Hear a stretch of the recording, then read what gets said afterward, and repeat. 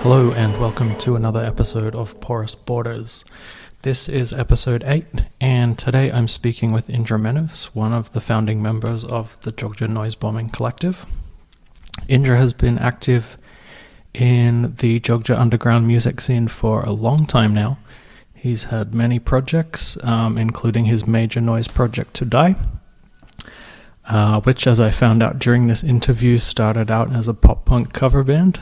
He also sings in the post-hardcore band LKTDOV and his new hardcore punk band Narcholocos.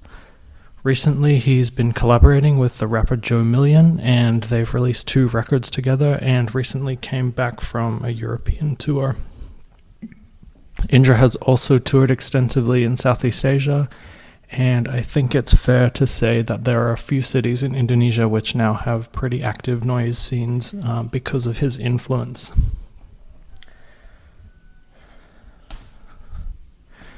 This is the third of 3 interviews I'm doing with members of the Jogja Noise Bombing collective. Jogja Noise Bombing Festival for 2020 is happening this weekend in Yogyakarta on the 25th and 26th. And I will be there, so if you're listening and you're going to come along, please say hi. If I don't know you already, it would be great to chat. I also have a short documentary film screening on the first night. It's about the group Sarana, who are an experimental group from Samarinda in East Kalimantan. They're mentioned in this interview, and I think they were mentioned last week in the episode with Dea as well. If you won't be at the festival, I will have some details soon about how you can check that film out. What else? Please rate, review, and subscribe to the podcast on iTunes. Please share it with your friends. Please check out my 5-way split with DJ Miko, Coffee, Faith, Mahamboro, and Dissonant. Please subscribe to my YouTube channel, Concrescence Records. I'm putting new stuff on there every week. And if you want to say hi or suggest someone I should talk to, you can email me at porousborderspod@gmail.com. And it is incredibly humid in this room right now, so I will say goodbye for this week, and please enjoy this conversation with Mas Indra Menus. Yeah, Jandon, Indra Menus, Joe. Deg-degan ketika kau dengar pendekar mendekat, gelegar suara tiada dua dan hingga telah tua dia akan tua lagi. Alam bualan dia telah mualaf di malam kiamat. Tak percaya, tanya ke atas. Jangan coba tanyakan aku karena aku kewalahan. Nak biasa pialang jualan rima dalam kitab. Bentuk mixtape, genetik, sintesis, tiru mekanisme. Fullkan hujan di Indonesia dengan sumpah humpat di instrumental. Tolak jadi budak yang berhasil, lebih pilih gagal daripada dasi. Ikat erat leher tak bergerak, pakai tinsel aku beraksi. Ikat keras leherku di lengan, dari atas panggung seberver setan, buat fans lena bentuk sekte setan. You just got back from Europe. How was the tour? It's a mixed feeling because we play in a festival and also we play in a collective house, and we also play in the park, in the street. And also things that a bit different than the other tour I have before. Right. Okay. What was the tour you did before? I mean, like the other tour, mostly we had like the like in the festival where they pay me. I mean, like flight and stuff. Right. But with this tour, it's a bit like a gambling. Okay. Because we have to pay our own flight first. Right. But then, fortunately, it's like break-even point. The tour going well. I mean, a lot of the shows paid us really good. So we can cover all our expense. So yeah, it's a bit different than before. So it's like a first DIY tour in Europe for you. Yeah, for actually the first time I was there, it's like mixed also. It was, but it was in a festival, foreign festival, so they pay everything. Right. And then I asked for extend, and then I do like two tours in different countries, right, which is more DIY shows. But when we go there, everything is already set up. But here it's like, yeah, we have to go from scratch. Yeah, okay. And where did you play this time? Switzerland? Switzerland, Belgium, and French. French. Mostly in French. Okay. Yeah. So this tour was with Joe Million. Yeah, How, Joe how Million. did that collaboration happen? It was like 2018. We play in Cirebon. It's like actually we play in Cirebon, but different shows. His show was cancelled, and then his manager Malik contact me, and then we talk about something, and then I say, what about doing collaboration? So Joe say okay, and then we just met in the venue, and then we just collaborate, and then we could record 2 albums after that. Yeah, so you did an EP and a full length album, right? Two EPs. And the first one was last year. Yeah, 2018 and then 2019. Yeah. 2000, right. And both of those came out on the Noise Bombing label, right? Yeah, in Noise Bombing label, and also in digital stores, Spotify, iTunes, and also on CDs and tape. Okay. So I'm kind of curious how you do the live setup with Joe Million, because mostly when you play noise, it's improvised, right? Are you improvising when you play with him as well, or? When I first play live with Joe, Joe used like a metronome, so like a beat for him to just to make him easier to get the beat. But then on our also on our first album, so he used like metronome. But then after that, he don't use metronome at all. Right. And then I'm also doing something different. Like usually it's just improvise, but now it's not improvise. It's more like with this song I have to use this kind of effects, this time of synthesizer or like sound source. So it's different. So I have to write that. Write the setup of every song. Right. Okay. So, although it's not have to be the same exact notes or something, but it has to be this song is using this effects and stuff. Right. And are you playing kind of the same set every night, or? Yeah. We do the same set every night, but then because we kind of like boring, so we in the end we do like kind of like improv. And then the last 2 shows we are doing collaboration with our tour mate Ubine GT. They play drum and sing, so we play as a four piece. Yeah, so I've just been asking a bit about where people came from, how they got started playing music or doing what they do. So you have a very long career and a lot of releases behind you, but can you maybe tell me a bit about how you got into noise and how you discovered noise in the beginning? So yes, he started from the punk scene, and then since the beginning we were kind of like more like improvise, because I'm not a fan of, I don't really like to memorize the lyrics and everything. So I think it started from there, and then I found out about like power violent bands, like I don't know, but it was Manish the Bastard is one of the bands that really make me know about the noise, experimental noise. I think they kind of like, for me, is the bridging between the hardcore punk and experimental noise. So from that I go deeper. Right. And how did you like that? This was probably in the 90s, right? Yeah, 2000, early 2000. And did you find that stuff on the internet, or? Yeah. So in 2003 I made OG, my friend. He's giving me a contact of the guy named Jay from 50 Ways to Kill Me. Okay. He's from New York, and he had a label called Hammer Smash Pelvis Records. So he make a internet compilation in 2003.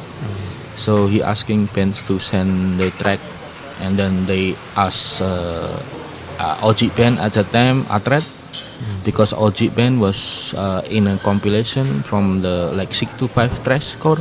Okay. So it's like, yeah, they just contact him, and then OG passed me the email, and then I start communicate with Jay, and Jay, the band is 50 Ways to Kill Me. He play what he call media core, but it's more like cyber grind with laptop and stuff.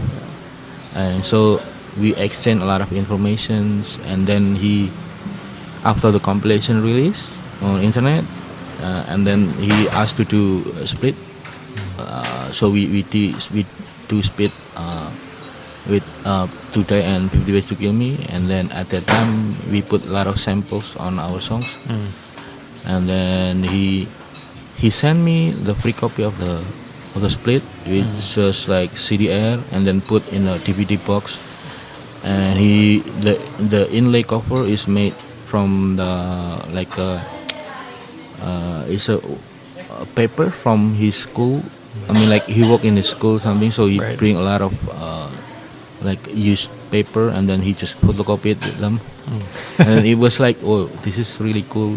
So I thought that it is really saved the way I run my label back then, and the Relamati record label. So I'm using a lot of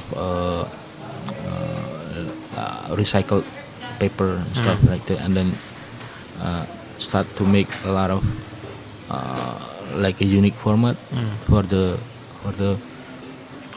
release, or packaging, that kind of stuff. So Today started as a power violence band, right? And we started as pop punk. Okay.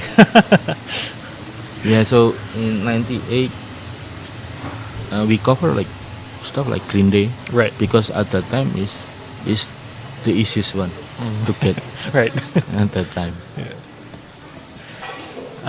So when did it become a power violence project, or? We started in 2000. I think we start 99. We cover mostly like European hardcore band like Discipline, like because at that time also a lot of band playing that style, European hardcore. Then we cover the band called Discipline, and then started 2000. We found out about Clash. So we started to play that's more like a grindcore, cross, and disrupt also. So we covered disrupt and Clash at that time in 2000, the year is 2000, and then yeah, my guitarist, he found out about a lot of power violence bands because he was in the same high school with Bagus of Mortal Kombat, so they exchanged a lot of stuff from 625 Trashcore record, because Bagus he ordered a lot of stuff from US and stuff, so he gave the copy to my guitarist, and then yeah, we start to know it's like A-Sax and yeah, a lot of them, and then we found about yes, but yeah, I think Bagus gave me the mixtape, a lot of power violence band, especially from Japan at that time. So we came, and then like, oh, this is good. So eventually Today became your solo project. When did that happen? It's because a lot of us, like when you grow old, and then you have to work, and then you started to focus on your life. They started a lot of the kids at the band at that time, they just go out and then doing job, or like go out of Jogja because you don't have good jobs here. So in the end, it became me always with me and someone else. Right. And then I started to treat the band as like a collective, sort of collective, like more improvisation. So I always had like different line up for different album, but we never play the same album that was from the other album. So it's always, if we change the lineup, we always change our songs. Right, Yeah, right. So it's always happening. And then because at that time I cannot play any instrument that time. I only sing. And then I started to do my first noise is Kill My Echo and Soulmate. It was in 2004 maybe, or 5, I forget. I just released two demo tapes. So it was recorded. I don't have a computer at the time, so I record using double deck tape, and then one radio just to get the white noise. Right. And then I scream directly to the tape while I while I record it.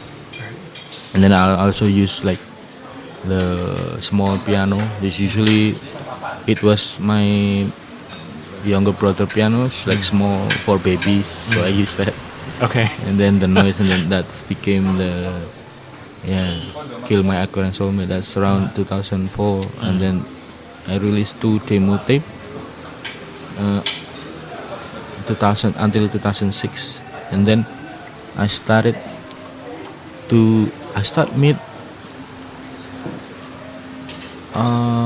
start doing with microphone, and then just using pedal effects, that kind of stuff, until I met Lintang of Kenali Rangkai Pakai, and then he offered me to do synthesizer, his first synthesizer under Kenali Rangkai Pakai. So it was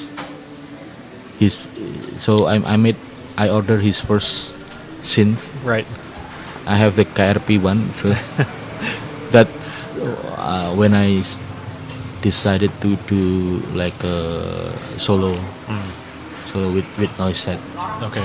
At first I still use today because most of my network knows me as today. But then a lot of people were like confused, or they don't like it. In one of my show, I think it's in Trenggalek, it's in East Java. I play there. I plan to play there. It was like so I said to the organizer, I play only using drum machine and guitar. And then one of the organizer SMS me, and then say, "Oh, why you do only that? It's not punk." And then I'm like, that's the band now. Yeah. And then I started to like differentiate between the noise project and the today as a band. But so the last time we record as today is I think 2016 or 17. Okay. It's 4%. Me, Adit we play bass, I play synth and sing, and then Gendes play drum, and then Maham play saxophone. Right. That's last time as a band today as a band. And then we start to do solo, and I'm start using my own stage name. Yeah. So about two years ago, right? You started to just play as Indra Menus. Yeah, I think 2017. Yeah. 17 or 16, I forgot. And why did you decide to start using your?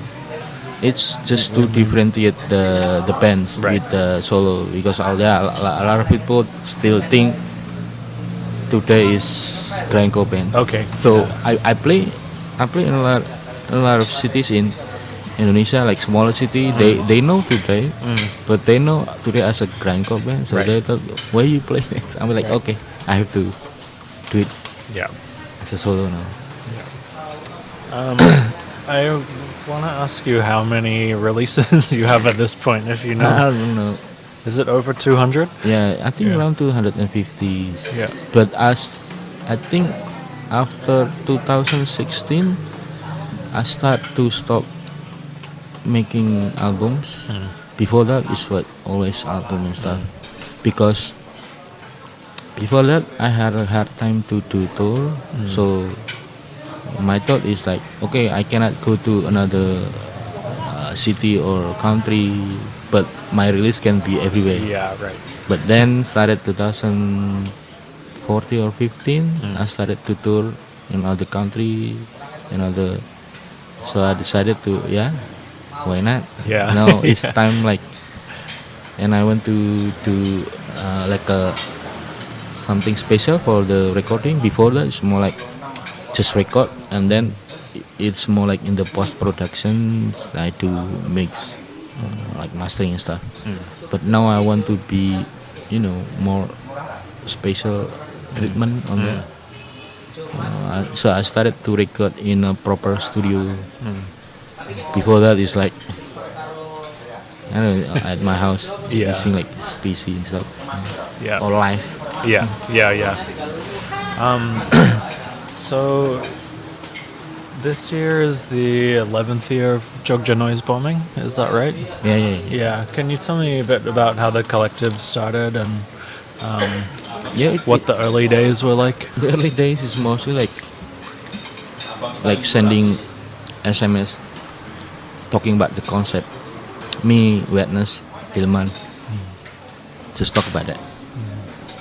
And then, but until I don't know, 2011, I think we start to do our first noise bombing.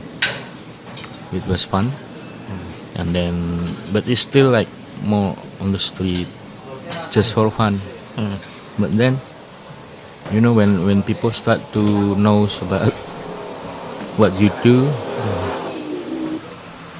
they want to know, and then they expect you to do something more.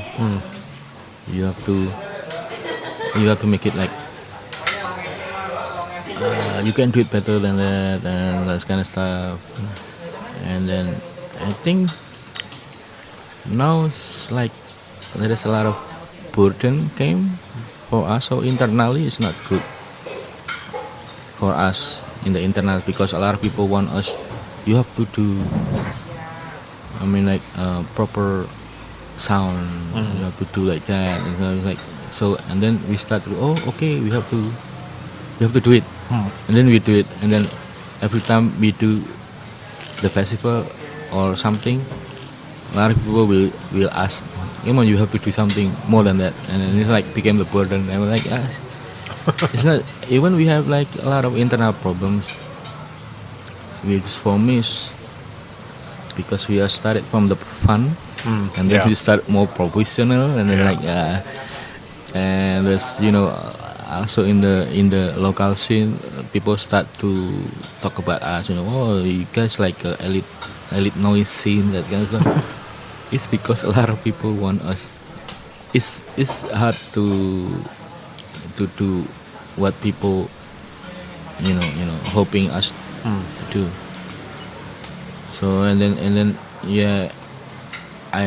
I do a lot of things in JNP before, and then I start to like delegate a lot of things to the kids now. Like Rio is now doing the post and pre JNP tour, so he's organizing the tour now. And then like I did also organizing venue and stuff. So we start to do a lot of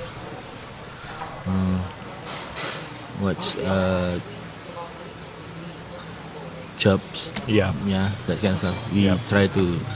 So it's not only me now. Because before that, it's a bit hard.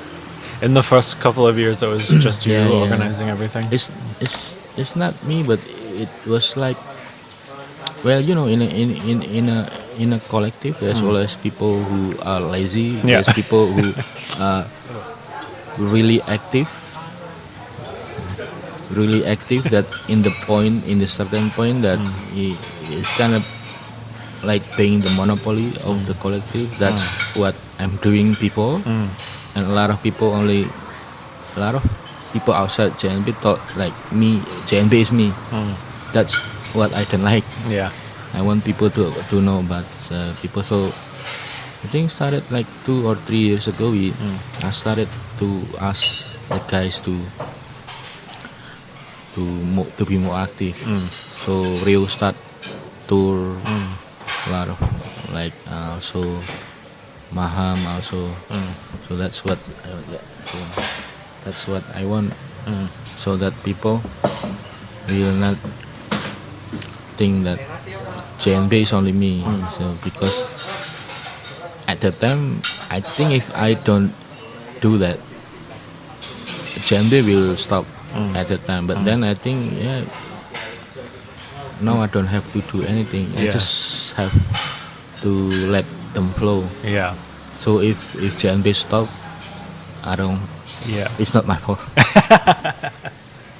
I think like because I've been to 2 years of the festival now, and of course people see you there at the festival, but besides that, you're not the one talking in front of doing the MC. You're not the upfront person. Yeah. That's my intention. Yeah. Because back then I was really active, doing a lot of tours between 2014, 2017, doing a lot of tour, a lot of promotion for JNB in the international stage. So a lot of people like think, oh, I'm like the chairman of JNB, and then it started became like internal problem also. Right. And that's why I since 2018 I started to stop doing that. And then I gave all the guys like more chance to go out. I mean, if there is like a invitation to play like in Rockin' Syllabus, I don't play. I don't go. Because you can go. The younger people, the younger kid go. That kind of stuff. And like I think like became the MC and stuff. So I work behind the scenes. Yeah, behind the scenes, that kind of stuff. But because a lot of these artists only knew me, so they always contact me. Yeah. And all the kids is still not really active in the international stage. So I have to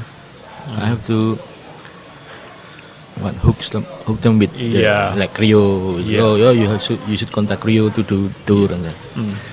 And back then I was really it's really hard for me to say no to organize something or to do something. So after that I start doing, I cannot do it, but you should contact Rio or you should contact this guy. So I start to delegate some of the things. So I'm started to. After this, I will be more active on my own, and then because I know I already gave them like 2 years to do whatever they want with the. It's more easy now because a lot of people more knows about JNB, so it's easy to get connection to it's just I mean like it's your will to do it. If you don't have the will to do it, then you cannot go anyway. So the festival's been running for about 5 years now, is that right? Yeah. This 2020 will be the 5th year. I think 2013 is here. Okay. So 13. In Kedai Kebun. Kedai Kebun, And at that time it was quite small, right? Just local people? No, at first it's already with the guy from Singapore, France, and Malaysia. Okay. So for the festival is already with people from abroad. And was there a point in time where you think like it was quite a small festival at the beginning, but now it's like still actually but you have it's a lot of artists, right? And it's more than you can accommodate for the lineup, right? Was there a point in time where it seemed like it had kind of exploded, or did it just grow slowly from that time? I think 2016 or 16, I think. It started to be a lot of people playing at that time. It's 30 performers so we do it 2 days, and then we do that for like until 2000. Yeah, 18. 18. And then 2019 we start to do like quota. Like Yeah. if there's we only do like 20 Right. because 30 is too much. It's 2 days too much. And then we started, okay, 20 is the maximum we can handle for 2 days. Yeah. But we start adding more even than just noise bombing. And then we start to do the 1 day for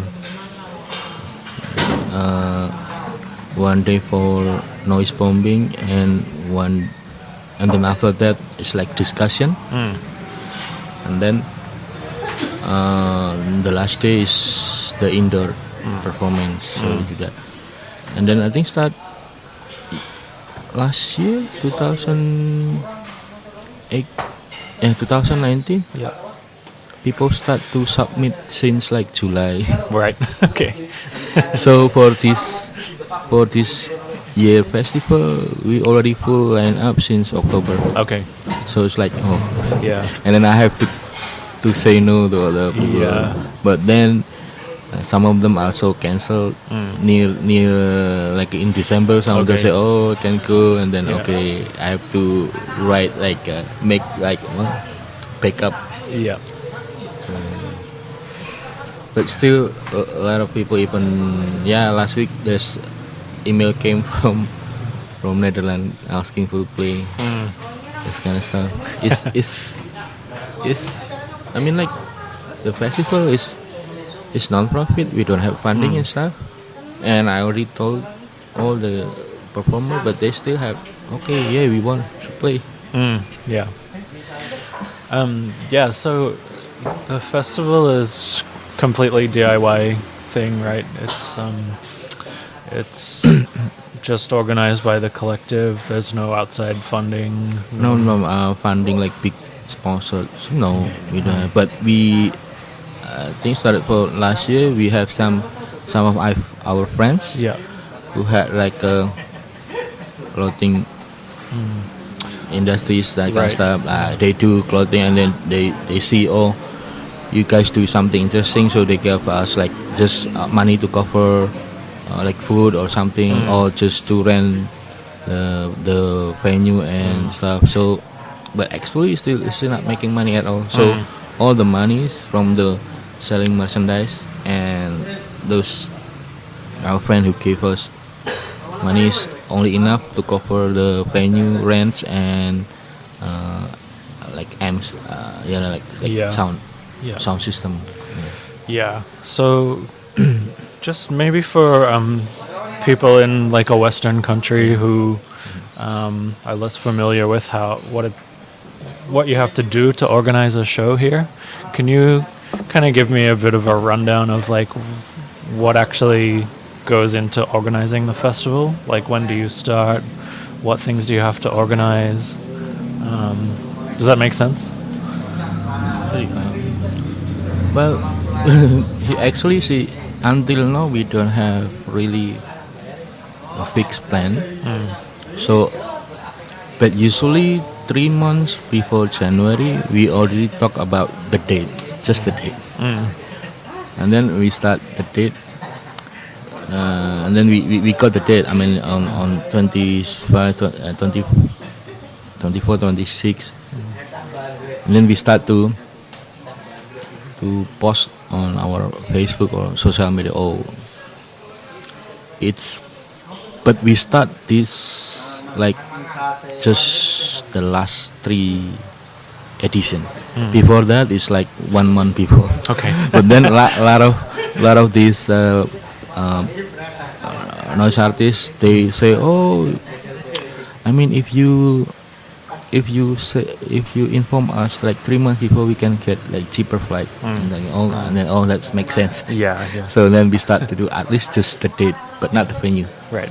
Then we get the venue like 2 months or just 1 month before this, and then we start to talk about the detail like 2 until 1 month before the show.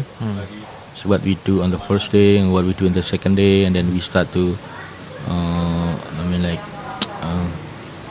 who's doing who what and that kind of stuff.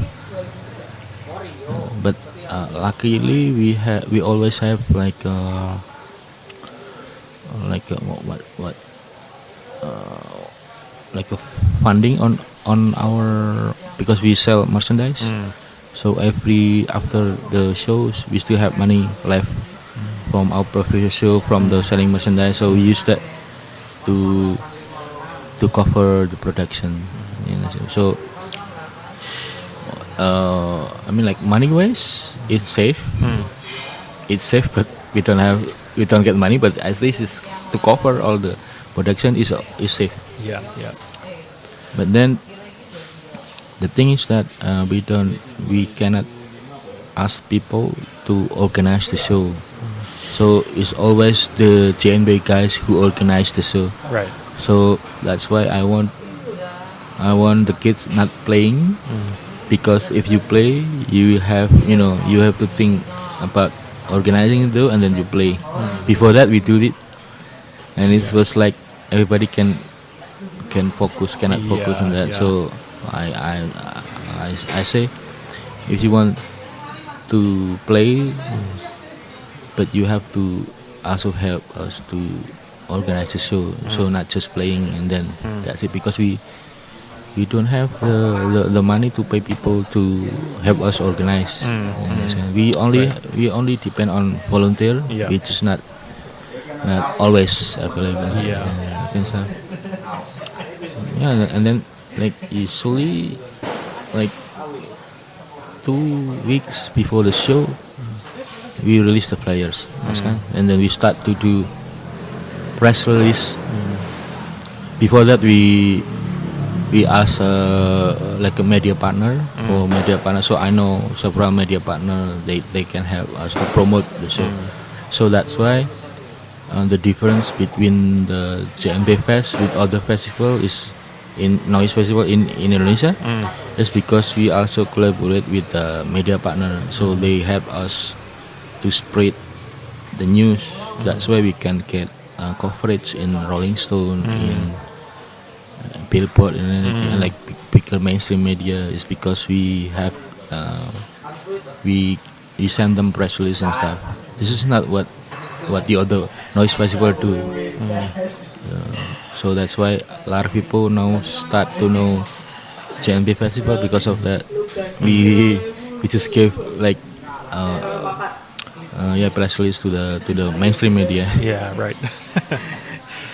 So but the thing is, there's a lot of like from the local noise scene that didn't like this kind of stuff, because it's like you're opening underground scene to get exposed by the mainstream. But I don't care.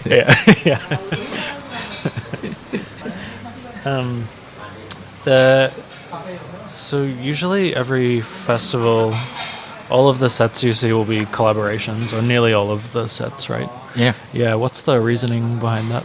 So in the indoor performance, I usually, if you are less than three person, then you have to do collaboration.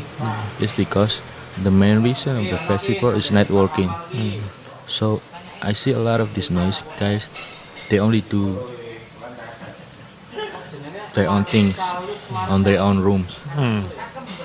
In this way, if you play in the JMB Fest, you have to be extrovert, and you have to talk with people that you don't know, and then you have to talk with them to discuss what kind of set you should do. Yeah. So that way is a good reason for you to extend the network to next level. I mean after the festival, maybe you can do like split, or like doing, so these guys, I want to go to your country, that kind of stuff. So and it's worked actually. It worked. A lot of people at first that didn't like the idea because they tend to play like on their own like self. I don't do collaboration. But then after that, okay, this is best because I know about this guy Yeah. from different city. That's the point. Yeah. That's the point of the festival. I mean, if you just play that, you don't get anything. But if you do that, you will get like connection. So yeah, we started to do like like in Southeast Asia now. You can do tour because we had the neck boat from Thailand, Vietnam, every country in South Asia. You can do show. So everybody knows each other now. Not just like in a circle. Do you find there's a lot of people, like for example, noise artists from Europe who come and play 1 year and then they want to come back again and again? Yeah. There's like this guy called Eric Z. He's from Belgium. He's doing noise like since '95, and he came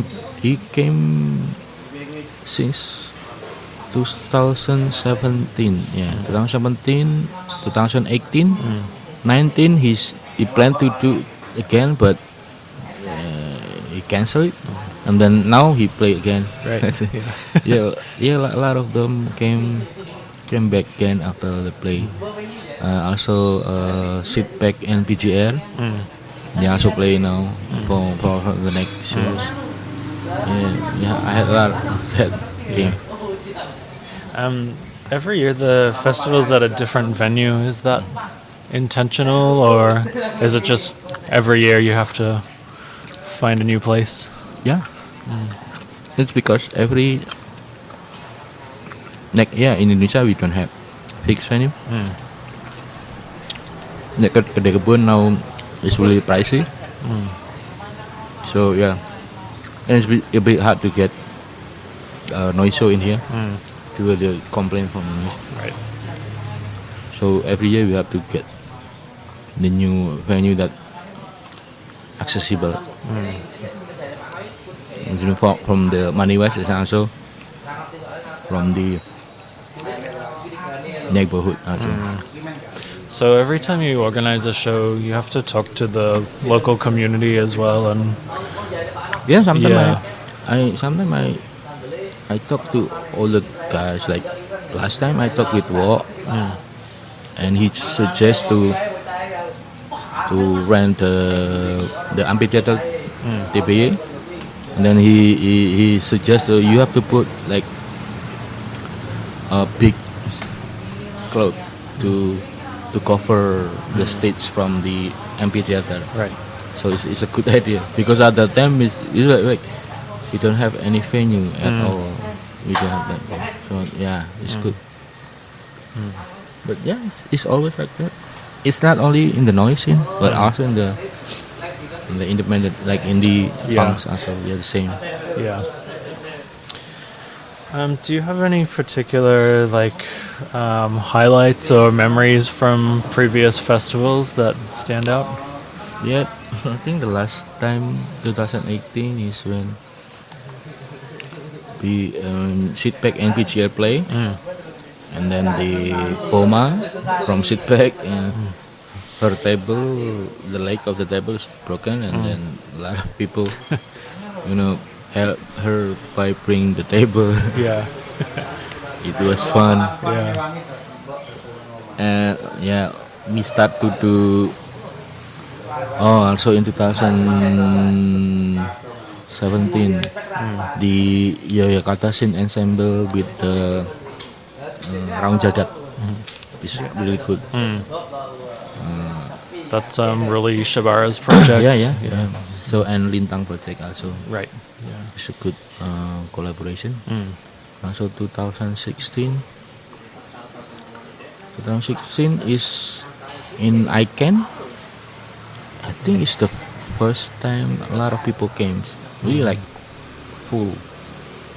But at that time the PA is like small PA. Right. City. Really city. But that I think that time a lot of people start to notice about noise bombing. Yes,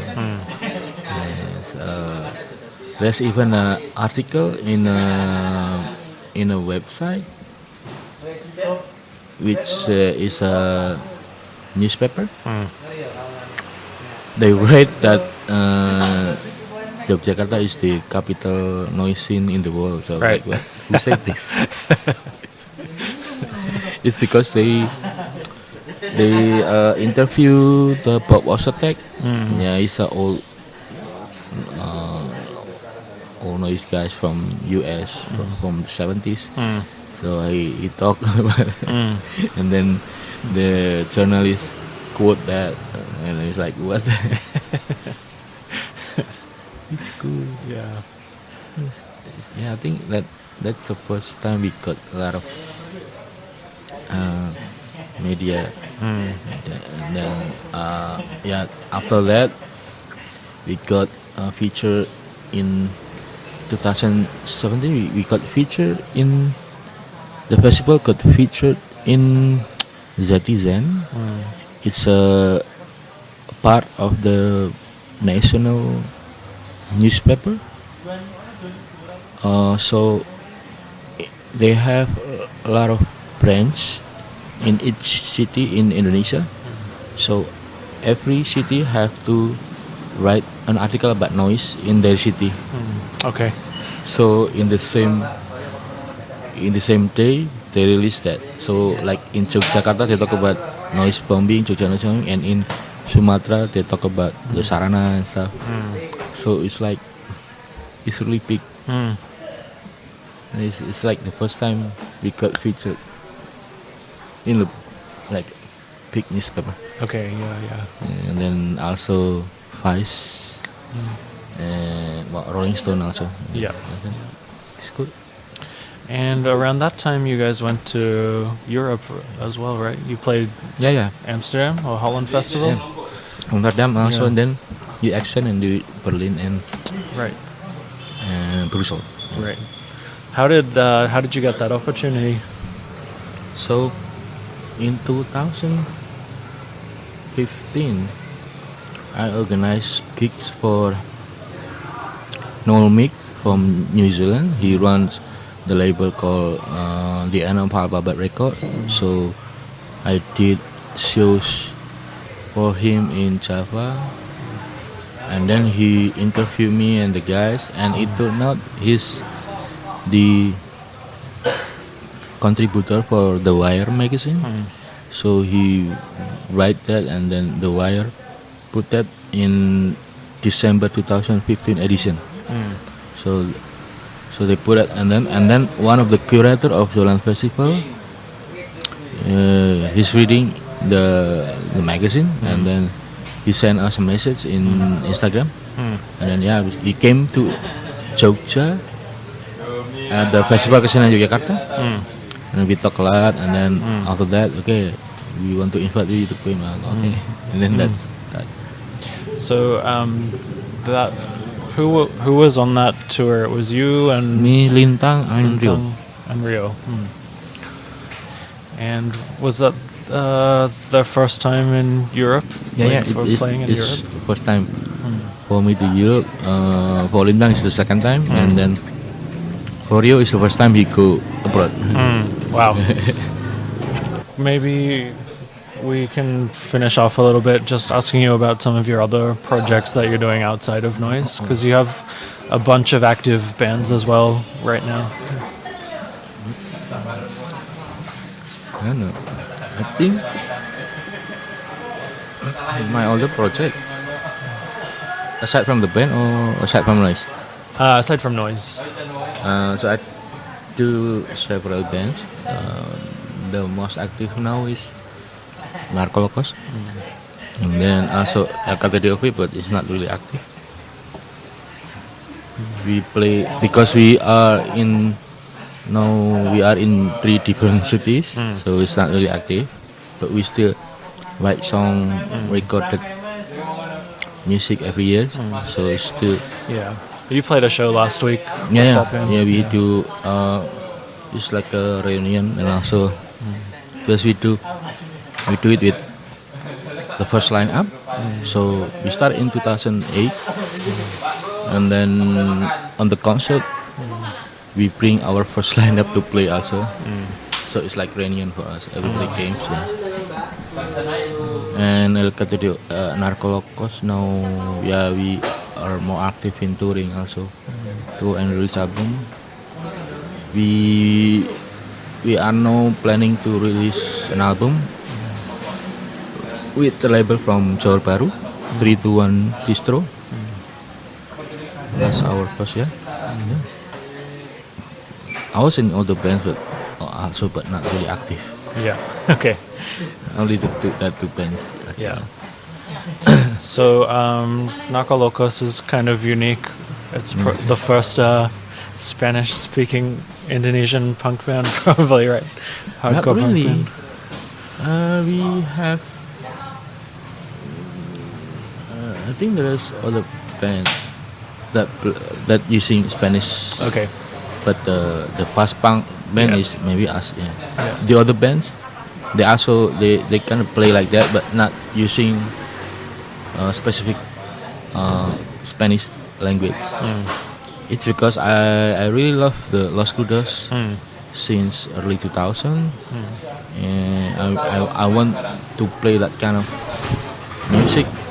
But the thing is that if you shout that kind of stuff, it's really exhausted. Yeah. So it's really like, for me, it's like at that time I cannot find the guys who want to play that kind, and also for me it's like really like, Yeah. So you got to play very short sets. yeah, that's why we play short set. Yeah, I think I've seen you guys 3 or 4 times, and the longest one is maybe 7 minutes.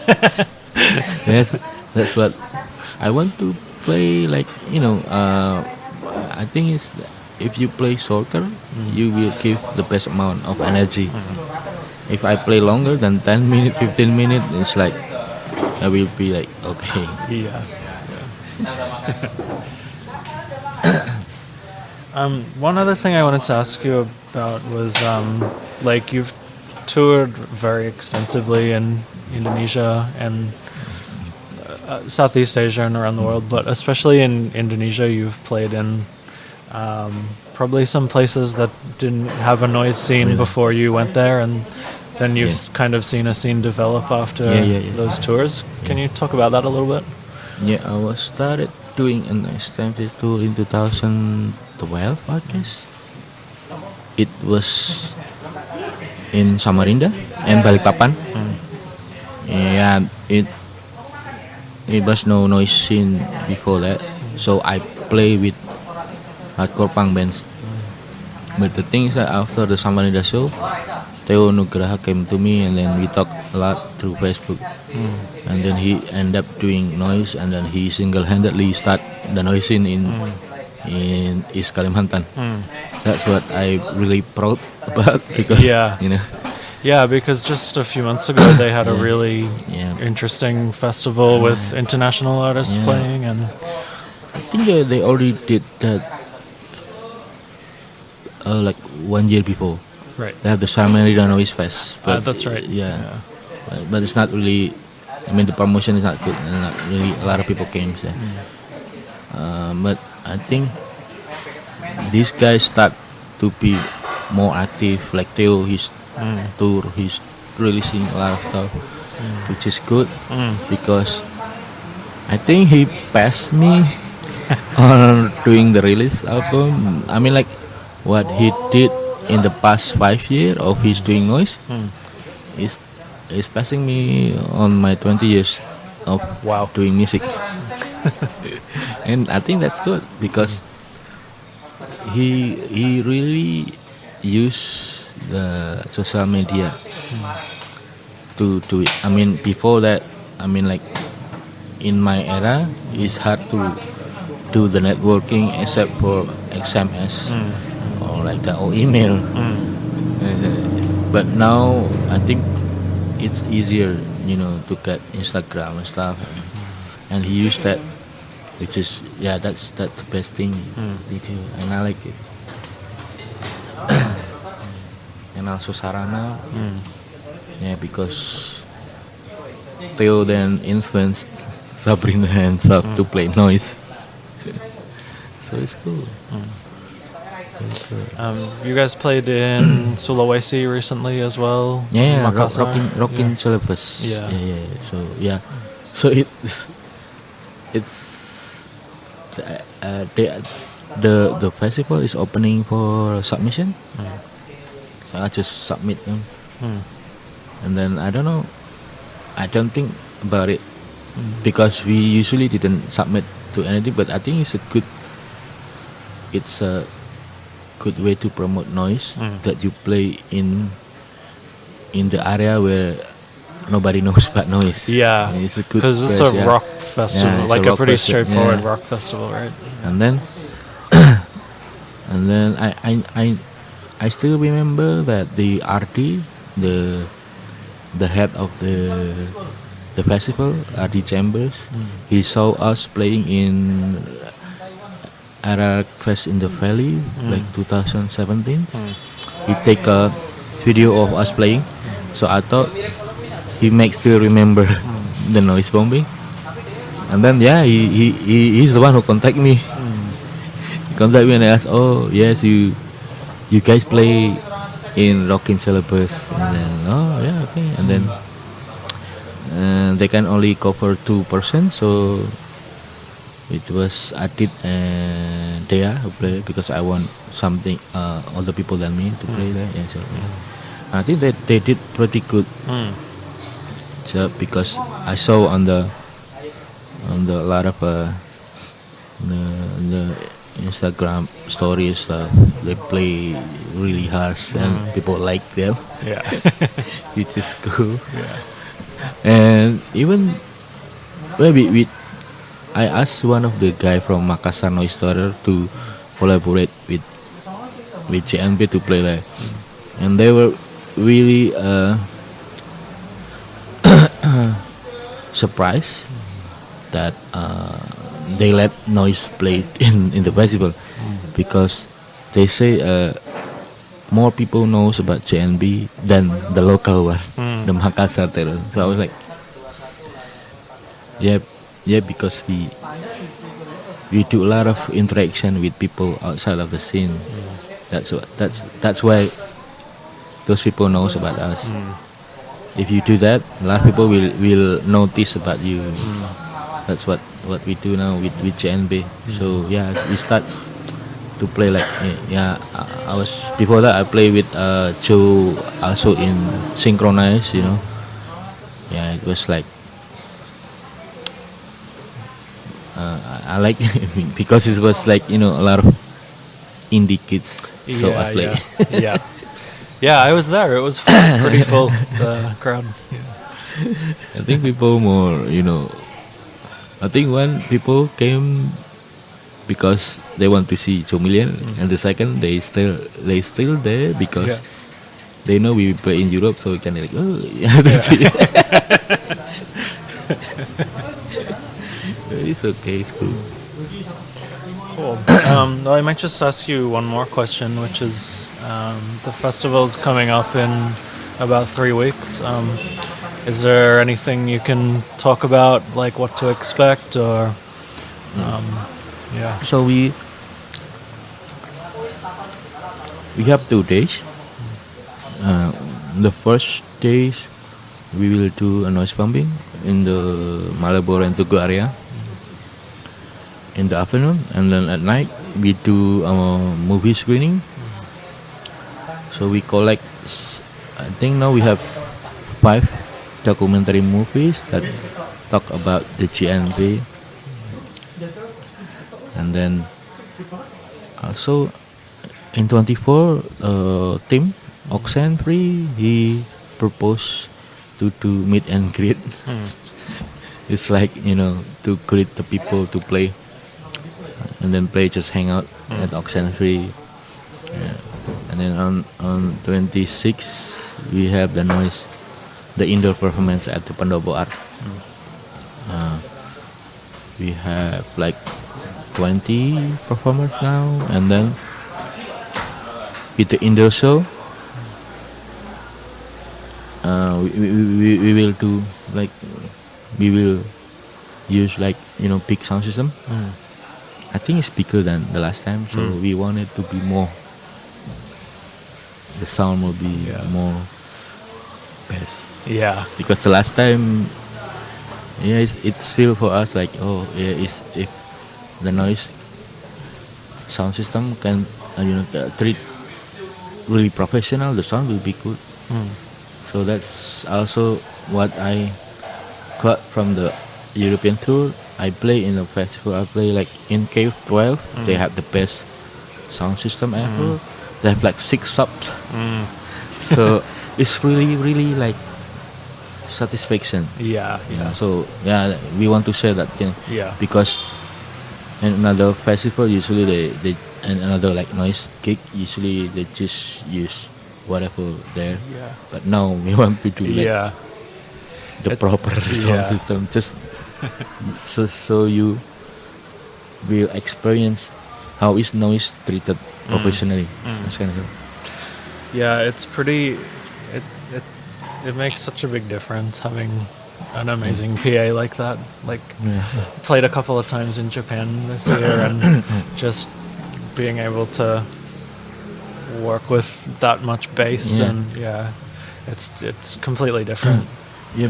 I think first time we do it was with the live pads that they do show at JNM. So they do really loud sound system and it's good for us like this is what we want. And then we saw on the Nusa Sonic they're also doing good sound system. It's like this is what we want. So I think if the money we can use to rent that, why not?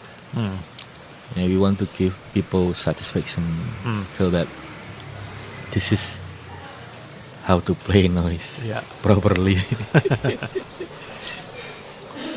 Well, great. Thanks for doing this. Thanks for talking to me. Thank you. Is there anything you have like for your own projects or anything coming up, like any releases or any tours you want to plug before we finish? I don't know. I don't have really plans, but usually if I want to do something, then the next day I will do it. But I was thinking about doing write my third book, but I'm still not sure what is about. But like 2 years ago, I have plans to write about culinary. That because I was doing the guide for the touring band, so I want to talk about the culinary that we usually go when the touring band came to Jogja and that kind of stuff. But still, I don't have the draft. And then I was doing the cold wave duo, cold wave with double V. We record 6 songs 2016 or I think 16 or 15. But until now I haven't recorded the vocal. Okay. I'm trying to do that since like 2 years ago, but it's always don't have the mood to do it. So it's really I need the mood for this because it's releasing. I play live with Cold Wave 3 times, 2 in Jogja and 1 in Samarinda. Okay. So I want to really make this work now because it's been too long and I feel not bad. I feel bad to my other guys who make the song. But it's already there. I just need to find the good mood to record the vocal. I don't know. Another one's a tour. I think. Me and Joe, we want to do another tour. I think, but he wants to do tour in America, which is really hard. But then he also want to do it in Southeast Asia because before that is really from just playing in the local show and then we play to Europe and it's too far. And I think we kind of more like slowly, like we play like in the in the nearest place, that kind of stuff. Now he's playing in Medan, Okay. and he want to do more like Indonesian tour in this year. So he play in a lot of islands that he never played there before. That's I want to do that too. But yeah, I want to do like Southeast Asia and American too. Yeah. But maybe Australia Gotta do that, man. Yeah. Have you played there before? Or not yet? Not yet. Yeah. I want to. Yeah, I was talking with Tim Yeah. about the possibility of doing this. Yeah, but he said he can help, but it's a bit hard now to get, even for the last time that the French visa is really hard for us, and now the World War III happening. Yeah. It will be more hard. Yeah. All right. Well, thank you so much, man.